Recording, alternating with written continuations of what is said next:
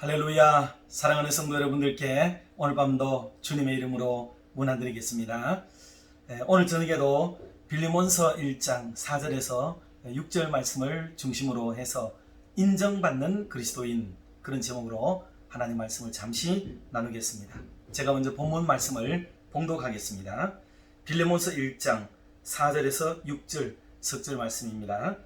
내가 항상 내 하나님께 감사하고 기도할 때에 너를 말함은 주 예수와 및 모든 성도에 대한 내 사랑과 믿음이 있음을 들음이니, 이로써 내 믿음의 교제가 우리 가운데 있는 선을 알게 하고 그리스도께 이르도록 역사하느니라. 아멘. 빌립보서는 우리가 말씀을 좀 들으셨겠지만은 옥중서신이라고 해서 에베소서, 빌립보서, 골로새서, 빌립보서 이 네 개의 성경을 옥중서신이라고 합니다. 순서가 이렇게 정해진 것은 아마도 성경의 분량, 당시로서는 서신의 분량이 에베소서가 제일 많고 빌립보서이고 골로새서 그리고 빌립보서이기 때문에 성경의 순서를 이렇게 기록한 것으로 보입니다. 그런데 성경이 쓰여진 연대를 중심으로 유추해 보면은 오히려 빌립보서가 제일 먼저 쓰여졌고, 그리고 골로새서, 그리고 에베소서, 빌립보서 이렇게 쓰여질 것으로 우리 모든 역사학자들은 그렇게 보고 있습니다. 그런 면에서 옥중서신의 빌립보서는 비록 한 장으로 되어 있지만 가장 먼저 감옥에서 쓴 편지이다 하는 면에서 의미가 좀 있다고 볼 수가 있겠습니다. 그 내용에 대해서는 오네시모와 빌레몬과의 관계 문제라는 것을 누차 말씀을 드렸습니다. 오늘 본문에도 보니까 이 빌레몬이 감옥에서 가만히 바울이 기도하는 중에 떠올리고 생각해 보아도 이 빌레몬의 처사와 행위가 너무 아름답고 든든하고 귀한 거예요. 그래서 그를 칭찬도 하고 싶고, 또 계속 기도하는 중에 그의 얼굴이 떠오르고 그의 행실이 떠오르게 되었다 하는 것으로 서신을 시작하고 있는 것을 보게 되어집니다. 어떻게 하면 이렇게 인정받는 믿음의 삶을 살 수가 있으며, 또 그가 가진 믿음은 어떤 믿음이기에 이렇게 당시 사도들에게까지, 그것도 가장 민감한 바울 사도에게까지 마음에 쏙 들었을까 생각을 해봅니다. 아시다시피 바울 사도는 웬만해서 좋아하지 않습니다. 마가에 대한 얘기 잘 아시잖아요. 1차 전도 여행 때 데리고 갔는데 홀짝 도망갔다는 이유 때문에 2차 전도 여행 때는 절대로 데려가지 않으려고 그렇게 마음을 먹었었잖아요. 게다가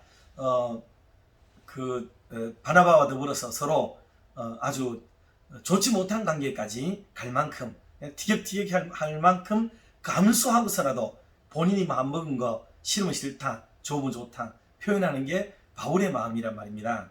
그런 바울에게 마음에 들었다, 기억이 된다 하는 것은 참 중요한 일이라고 볼 수가 있겠습니다. 그러니 저와 여러분들도 오늘 이 말씀을 듣고 더욱더 하나님의 종들에게서나 하나님께 인정받는 그런 믿음의 삶을 살아갈 수 있게 되기를 주님의 이름으로 축원합니다. 먼저 오늘 바울이 가만히 오네시모를 이제 앞으로 빌레몬에게 보내야겠다 생각하면서 서신을 쓰는 동안에 계속해서 빌레몬의 마음이 다가오고 있는 거예요. 다가오는 겁니다. 그래서 기도 중에 빌레몬이 떠나지 않는 것을 기억하면서, 야, 정말 참 빌레몬은 나에게 특별한 존재이구나 라는 것을 다시 한 번 더 이렇게 서신을 시작하면서 거론하고 있는 것을 보여주는 본문이 바로 오늘의 내용이라고 볼 수가 있겠습니다. 먼저 바울이 4절 말씀에 보니 내가 항상 내 하나님께 감사하고 기도할 때에 너를 말함은, 이렇게 표현했습니다. 이 말은 일반적으로 지금 빌레몬이 지금 사도가 기도할 때마다 걸부적거리고 기도의 제목으로 막 부담이 되고 이런 형태의 사람이라는 것을 말하지 않잖아요. 생각할 때마다 하나님께 감사한다, 빌레몬 같은 사람을 내게 붙여주시고 동력자가 되게 하고 성도와 또 목회자의 관계로 만나게 하시고, 내가 비록 옥에 매여 있지만은 빌레몬과 그의 가정을 중심으로 한 교회 내가 걱정하지 않아도 괜찮다 하는 이런 마음이 생겨나게 되는 거죠.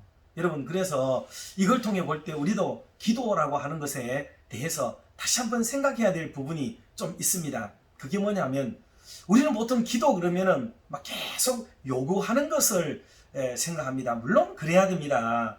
간절히 기도하고 또 빡세게 기도하고 계속 지속적으로 기도해서 반드시 우리가 얻고자 하는 것을 얻어내는 것도 반드시 좋은 기도이며 또 늘 그렇게 해야 됩니다. 오늘 이 말씀을 드렸더라도 반드시 그렇게 해야 되는 거예요. 그런데 어쩌다가 한 번씩은 우리가 감사를 좀 떠올려 보자는 거예요. 감사.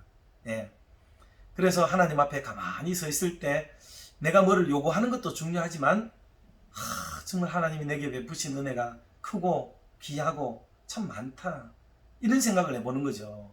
그래서 교회를 생각해도 하나님 그 부족함이 있지만 그래도 우리 교회 이만한 교회로 하나님이 이끌어 가시고 세워주신 것을 하나님 감사합니다. 또 좋은 동력자를 붙여주시고 또 때때로 좀 불편할 때도 있지만은 우리 성도들 상호도 가만히 생각해 보면 참 감사하고 고맙고 우리 선생님들 감사하고 우리 어린이들 이런 시대 속에서도 하나님의 교회에 올라와 주고 하는 이런 여러 가지들을 생각해 볼 때마다 감사한 거죠.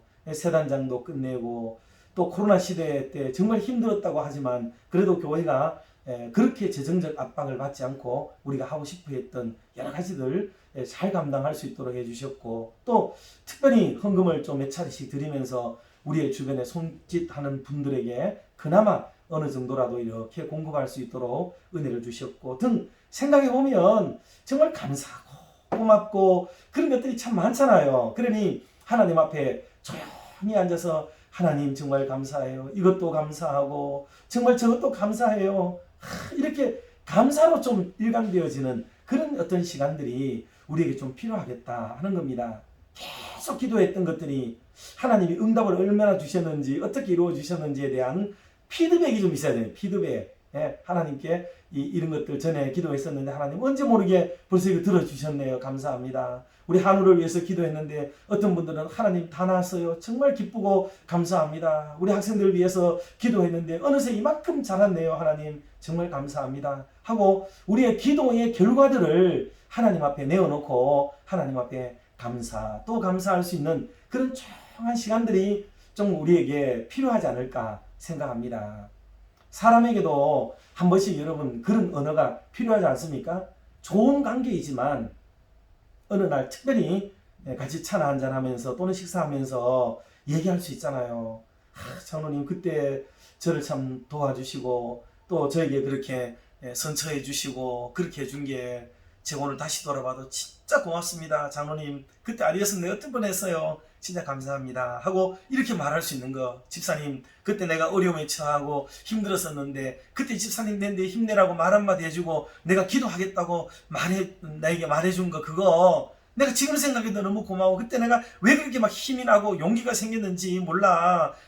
진짜 고마워 하고 서로 어떤 이런 얘기들을 좀 나눌 수 있으면 지나간 일들에 대해서 고마움을 표시할 수 있는 그런 넉넉한 인격적 관계가 있으면 행복하고 또 더 좋은 관계로 발전해 나갈 수가 있는 거죠. 그러므로 기도의 삶이라는 것도 바울처럼 계속 어렵고 힘든 중에 특별히 감옥에 있잖아요. 그러니 얼마나 요구할 게 많았으며 간절했으며 얼마나 하나님 앞에 집요하게 기도할 제목들이 많았겠어요. 그런데도 불구하고 하나님 앞에 가만히 기도의 시간을 감사로 출발하는 모습은 참 우리에게 교훈을 주는 말씀입니다.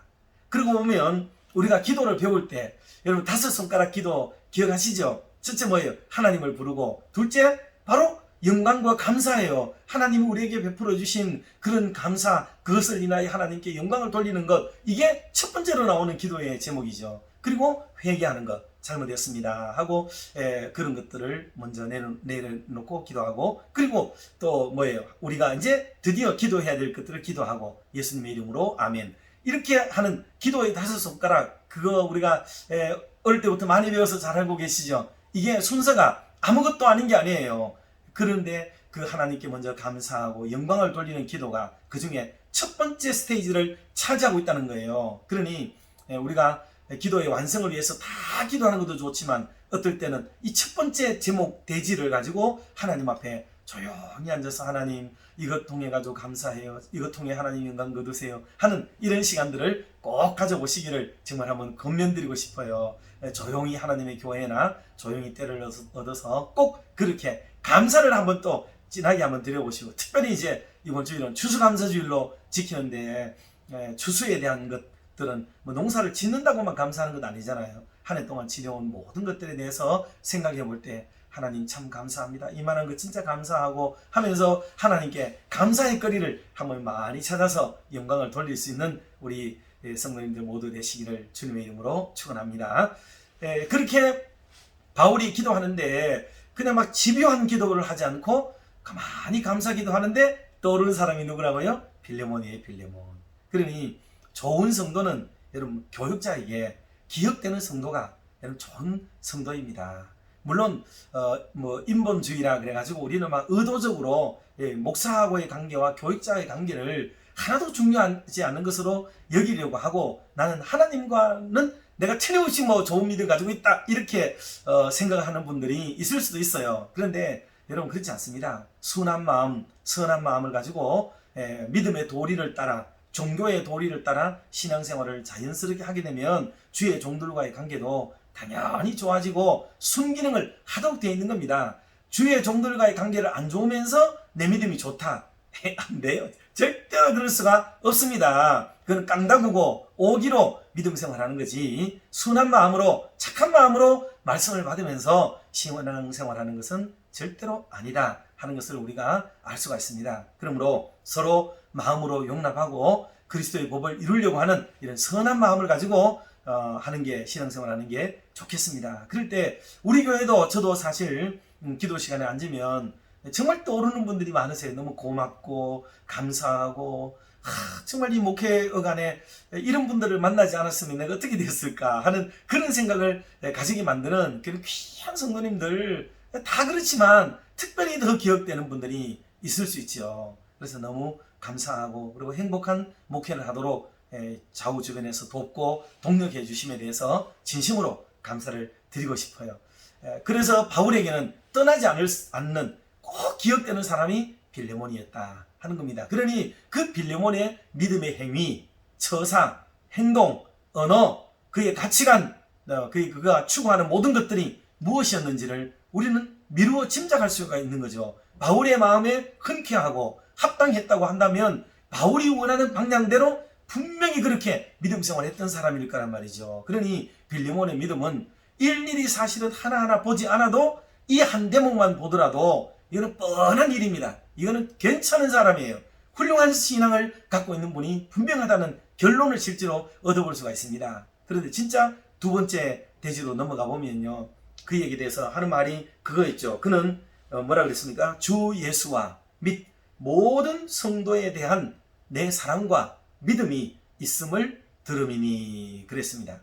예수님께 대한 사랑과, 그리고 또 성도에 대한 사랑, 그리고 예수님께 대한 믿음, 성도 상호간에 있는 믿음, 이것이 있었던 사람이었다 하고 구체적으로 그의 신앙을 적시하고 있는 것을 볼 수가 있습니다. 여러분, 사랑과 믿음은 하나님께도 사용되는 언어이고 성도들에게도 사용되는 언어인데, 서로가 사랑하고 신뢰를 구축할 수 있는 그런 좋은 관계였다 하는 겁니다. 그러니 그 사람을 볼 때마다 사랑이 많고 참 믿음이 훌륭하고 출중하다, 이렇게 말할 수 있는 그런 좋은 믿음의 사람이었다는 거예요. 그래서 이 점에서 우리가 생각해 보면 이런 거는 막 소문 들었단 말이죠. 소문을 바울이 다 들었대요. 이런 걸 볼 때 믿음이 좋다, 사랑이 많다, 여러분 이거는 뭘로 알 수 있을까요? 그냥 우리가 하나님께 예배드리는 모습을 통해 알 수 있을까요? 하나님께 거룩하게 근엄하게 앉아서 예배를 깊숙한 믿음으로 예배를 드린다고 좋은 믿음의 사람이 여러분 된다고 말을 할 수 있을까요? 예를 들어서 어디에서 이런 소문을 냈다고 칩시다. 우리 교회 담임 목사님은 참 예배도 잘 드리셔, 믿음이 좋으신 것 같아, 이런 말이 이상하지 않습니까? 우리 교회 장로님은 예배 잘 드리셔, 그래서 참 훌륭한 믿음을 가지고 계신 것 같아, 이렇게 우리가 얘기합니까?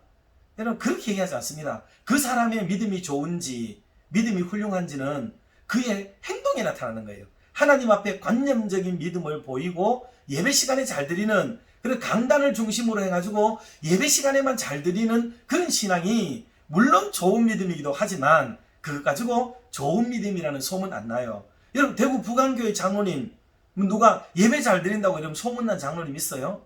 서울의 사랑의 교회에 어떤 장로님이 예배 잘 드린다고 전국에 소문난 장로님 있습니까? 없죠. 여러분, 그런 걸 가지고 소문내는 건 아니에요. 그거는 그냥 누가 말하지 않아도 하나님 앞에 하는 것들이고, 그 믿음을 내게 보이라 그랬잖아요. 내게 보이라. 믿음이 진짜인지 가짜인지, 좋은 믿음인지 훌륭한 믿음인지는 삶의 현장 속에 보여야 되는 거예요. 보여야 되는 거죠. 내가 사랑이 많다. 그런데 사랑이 많은 거는 뭘로 알 수 있습니까? 먼저는 다른 사람을 받아들이는 수용성이 있어요.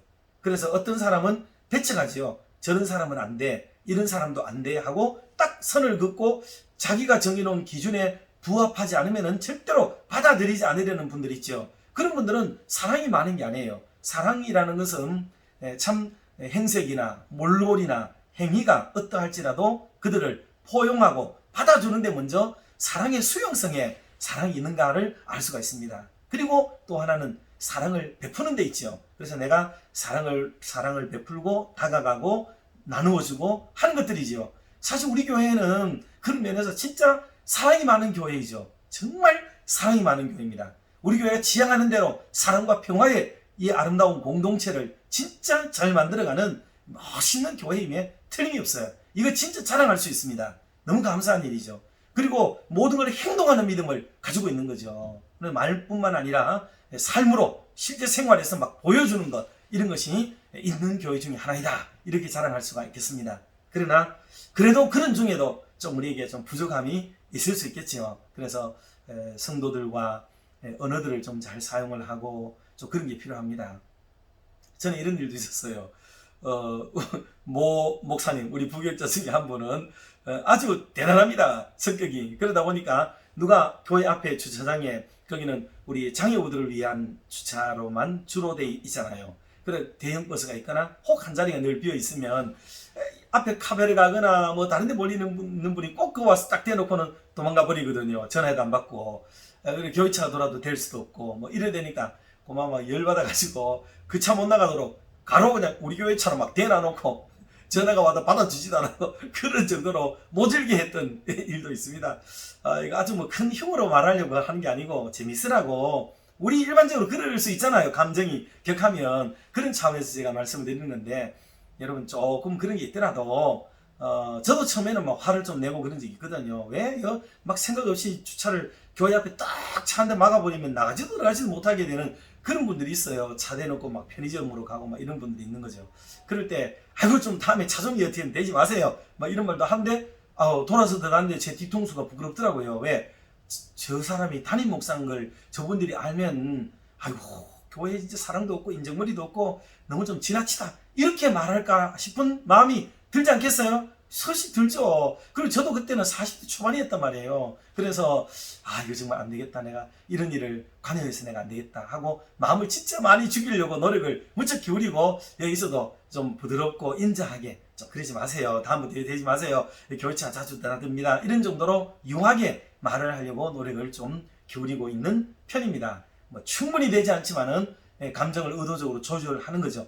예를 들자면 이런 형태로 성도 여러분, 우리가 교회 이런 일들, 대외관계 일들, 대민관계 일들, 성도 상호간의 어떤 일들, 그 다음에 또 주님의 일을 하다 보면은 어떤 분들은 머리가 막 팽팽 돌아가서 한 번만에 딱 보면 이 일은 이렇게 해서 저렇게 해서 그렇게 해야 된다, 딱 각이 나오잖아요. 그럼 어떤 분들은 암담해가지고 어떻게 해야 될지, 뭐부터 해야 될지 두렵고 떨리는 분도 있잖아요. 그럴 때 막 민망하게 에이 안 됩니다 하고서 막 고함을 질러버리면 그 일을, 주님의 일을 배워가야 되는 어떤 그런 분들이 마음을 다칠 수가 있겠죠. 그래서 사랑이라고 하는 거는 이해하는 겁니다. 우리 손주가 뭘 잘 모르잖아요. 그래도 아이고 할아버지가 도와줄게, 요렇게 하자 하는 거 있죠.